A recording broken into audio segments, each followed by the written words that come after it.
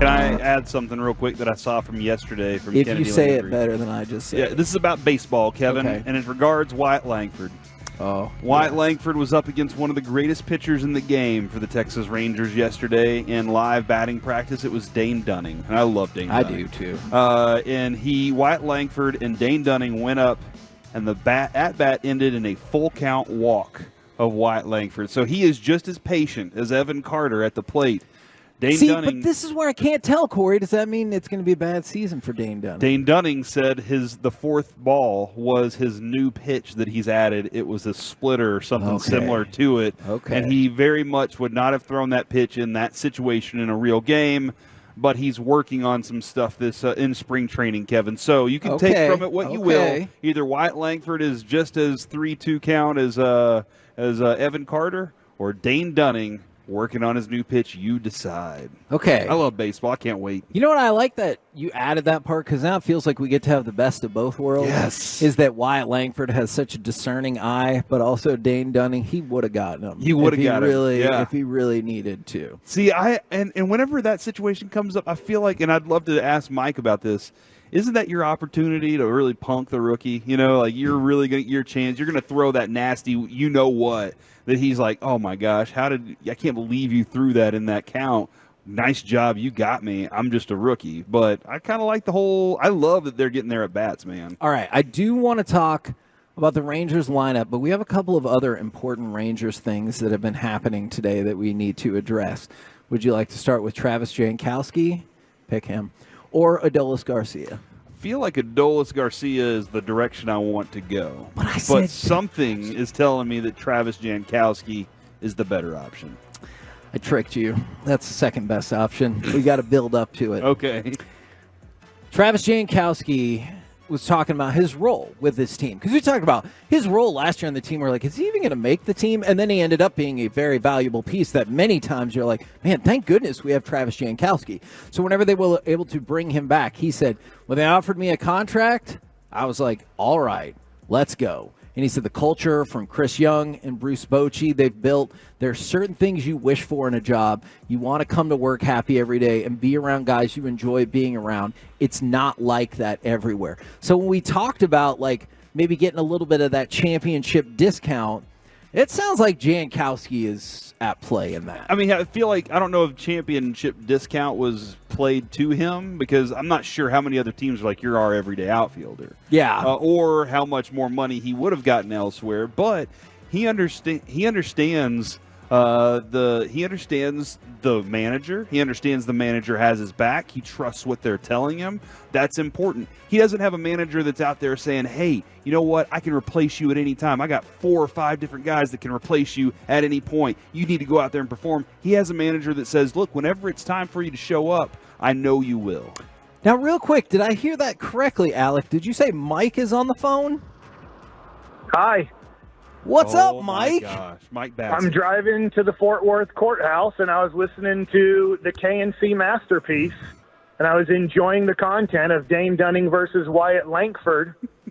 And Cory said, man, I wish Mike was here to kind of give us his thoughts on Dane Dunning kind of working on a new pitch and walking somebody instead of showing that rookie who he is.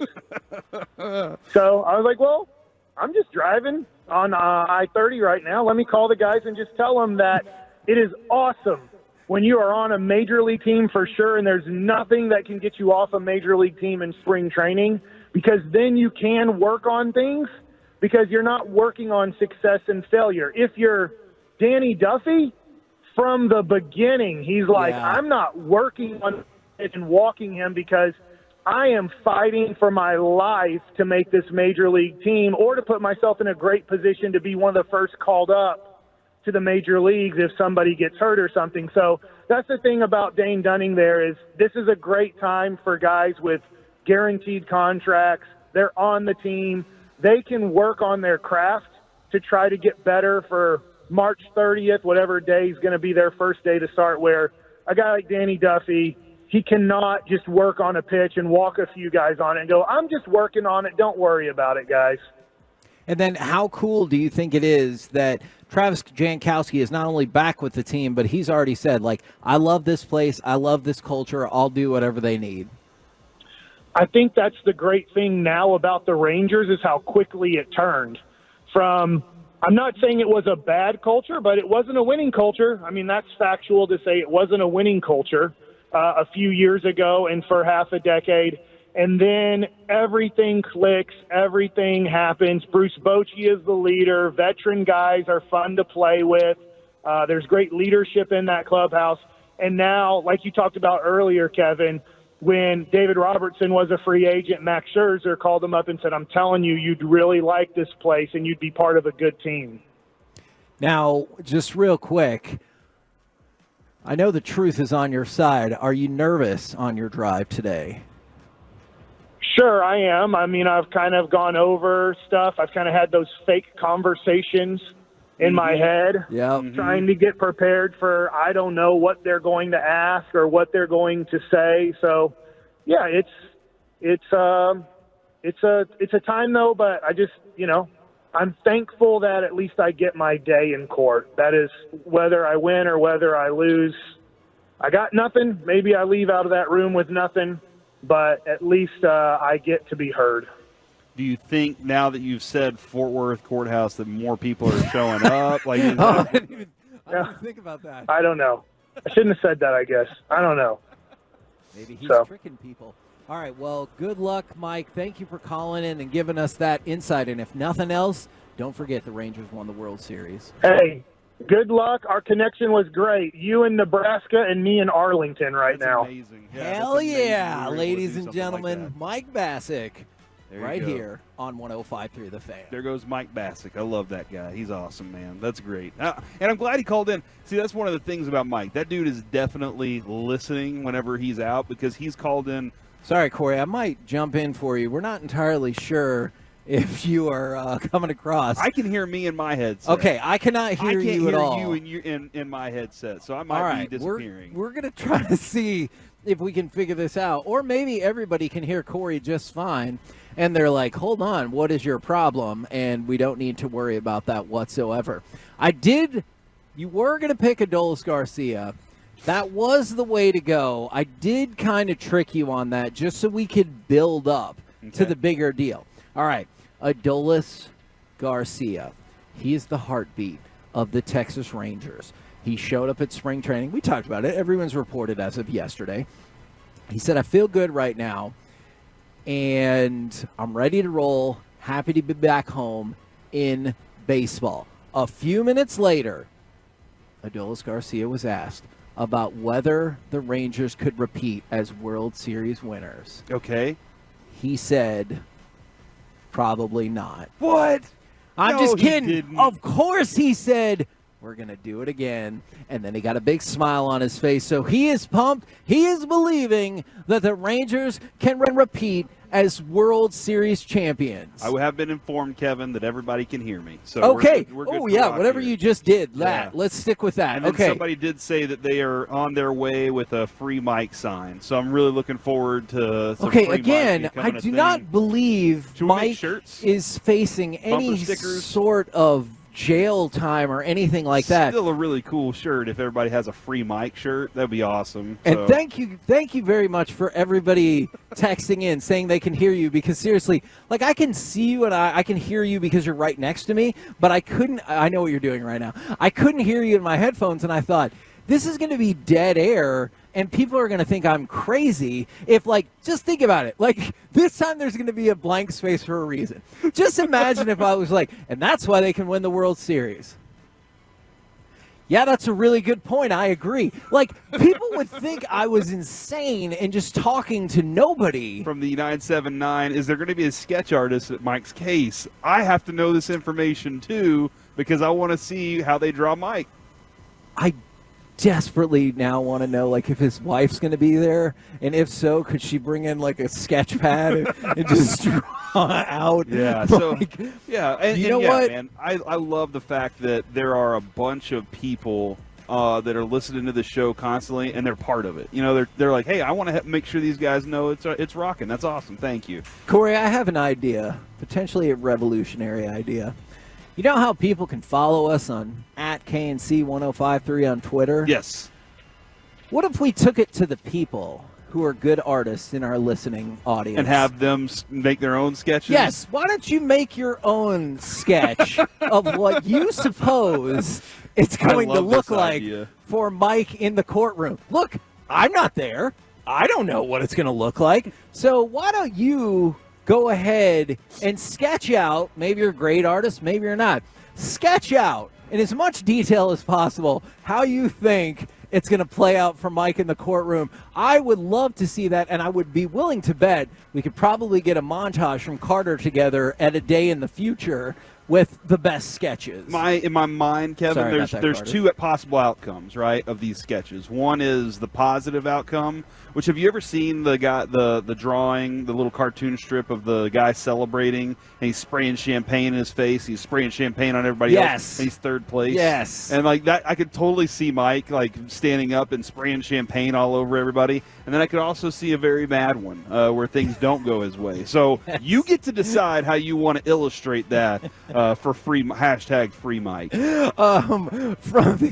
So yes, I'm going to throw that out there. You can also hit us up on our Facebook page, the KNC Masterpiece with an ampersand, which apparently I say wrong all of the time. I would love to see all sketches, but back to the other point. Like I realize it's unlikely that Adolis Garcia would just walk up there and be like, yeah, probably not. Yeah. But still, I love the fact that they're already being asked about it, and he, as the dude who, like, it feels like he is the pulse of this team, he smiles and goes, we're going to do it again.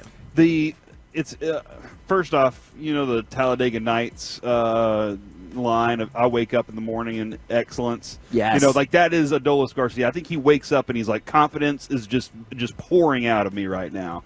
And so I think that that dude, Bochy told us last year, he wants the spotlight. He wants to be on the big stage. If it's a big-time swing, he wants to be the guy at the plate for that moment. So we are happy to have him on the team. When I was watching some videos of them taking some live BP from Evaldi yesterday. And again, Mike's talking about this. Evaldi's not necessarily, he can work on something if he needs to, or he can start working his way back into it.